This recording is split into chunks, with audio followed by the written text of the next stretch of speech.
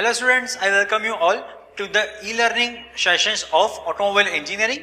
Myself Hardik Shah, and during this lecture series, we will discuss some interesting topics in the subject of automotive electricals and electronics. Okay, we have already started a new chapter, that is a charging systems in automotive. Okay, and our today's topic in this video is regulators in AC alternator. Okay, I hope you will see this video till the end to completely understand this topic and gain your skills in automobile engineering. Okay, I also request you to note down any queries which arises during the lecture and ask it in comment section. I will try to solve all the queries as soon as possible. Okay, so now let's start our today's video about the regulators.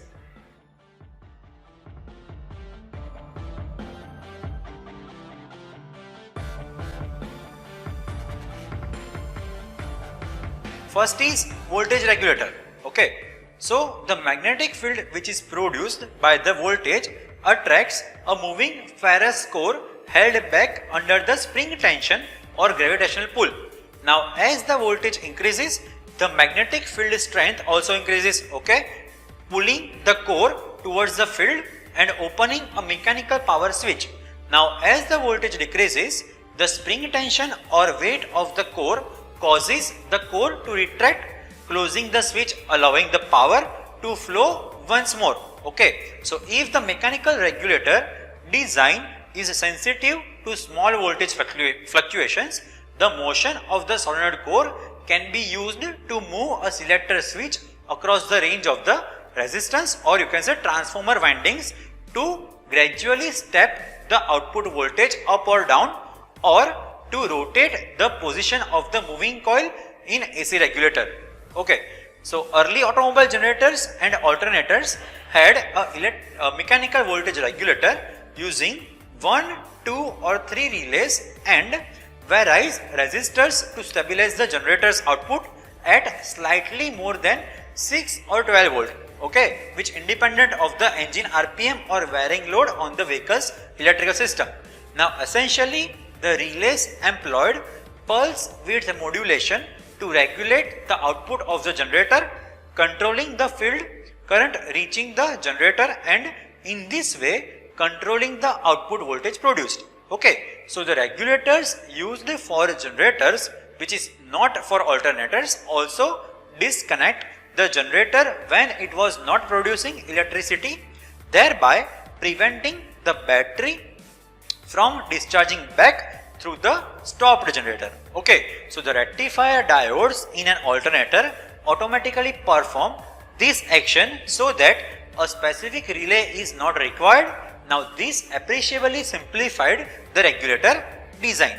Okay, a current regulator also works on almost the same principle as the voltage regulator. So we will not discuss about the current regulator because both of are same, almost same. Okay.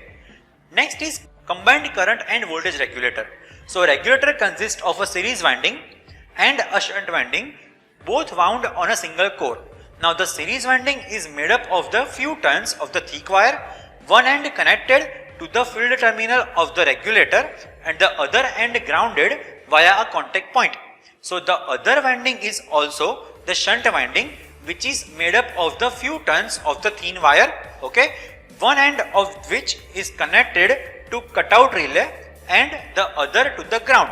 Okay, you can see this in figure also. Okay, a combined current voltage regulator is made up of the three basic parts: a voltage regulator, a current regulator and a cutout relay. Okay, we shall discuss each of the part in one by one. Okay, first is voltage regulator. What is that? So the operation of the voltage regulator is same as the one explained above. Okay, now when the generator produces a higher voltage than the required and for which the regulator is set, the force due to the shunt and the series winding will pull down the armature, thereby breaking the contact points. Okay, so once this happens, the contact points are broken, the voltage starts to reduce till a point is reached, that is voltage through the winding is insufficient to hold the armature down, and again the contact is established due to the spring action of the contact arm. Okay, so this happens several times in 1 second. That means around 200 times in 1 second. Okay, and voltage is regulated by pulse width modulation. Done. Next is current regulator. What is that? So the current regulator also works on the same, you can say somewhat same principle of the electromagnetic field generation. Okay, it consists of a heavy series winding around the core. So the contact points are closed and the generator field circuit is grounded. Okay, when the load on the generator increases, the generator voltage is insufficient to operate the voltage regulator, and the current continues to rise till a stage is reached when the current regulator coil is sufficient to pull the armature down, separating the contact points. Okay, so thus it will inserting sufficient resistance for the generator output until the current decreases to an allowable value, in which case the current will fall and thus the winding will have sufficient, or you can say insufficient energy to hold the armature down. Okay, contact is made again and current again starts to rise. So this way the current regulator works. Next is cutout relay. So when the generator speed is very low, due to low engine speed, the output is not sufficient to balance the battery voltage, and thus the necessary to cut out the generator from the battery rises. Okay, this is because the battery would discharge through the generator. Now the contact can again be made only when the engine has gained sufficient speed to match output to the battery voltage. Okay, so you can see that the cutout relay consists of the two coils. One is shunt, second is series. Okay, so when the generator is producing sufficient voltage, the electromagnetic phenomena of both the winding is sufficient to support each other. The electromagnets pulls down the armature and the contact is established. Okay, however, the generator is not producing enough output. The fields due to shunt and series winding opposes out, which causes the electromagnetic pull to weaken and battery is cut off from the circuit. So this is where the cutout relay work. Okay, so what are the drawbacks of these regulators?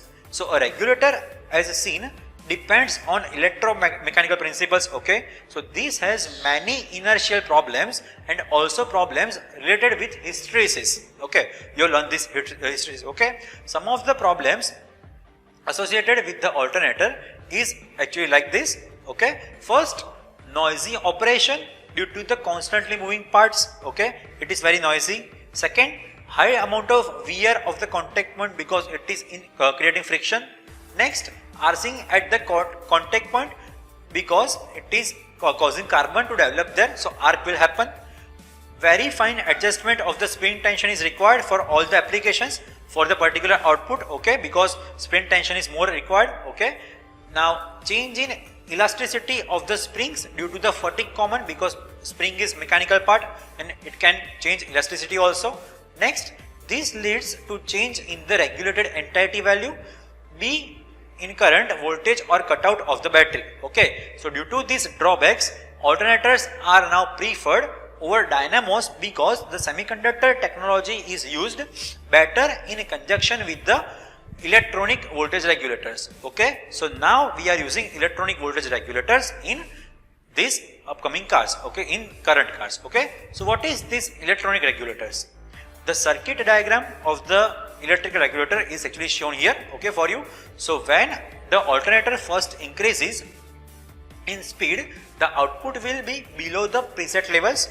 Now under these circumstances, the transistor T2 will be switched on by the feed to its base by the resistor R3. See here.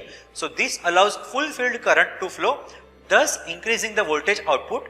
When the preset voltage is reached, the Zener diode will conduct. So the resistance R1 and R2 are in a simple series circuit to set the voltage appropriate to the values of the diode when the supply is say 14.2 volt.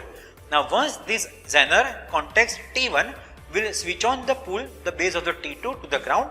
this switch is T2 off, and so field current is interrupted, causing the output voltage to fall. This will cause ZD to stop conducting.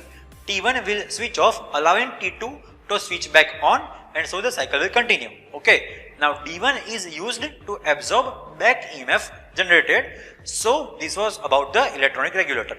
Okay, so we have discussed today about the regulators in charging system, which you got the clearer idea about this. Therefore, if you have more to know or you have any specific query, you can contact me or let me know in comment section. I will surely try to respond as soon as possible. In next lecture, we will discuss about the alternator working and its rectification process. Okay, I hope you like this video. Stay tuned, keep learning. Thank you, goodbye.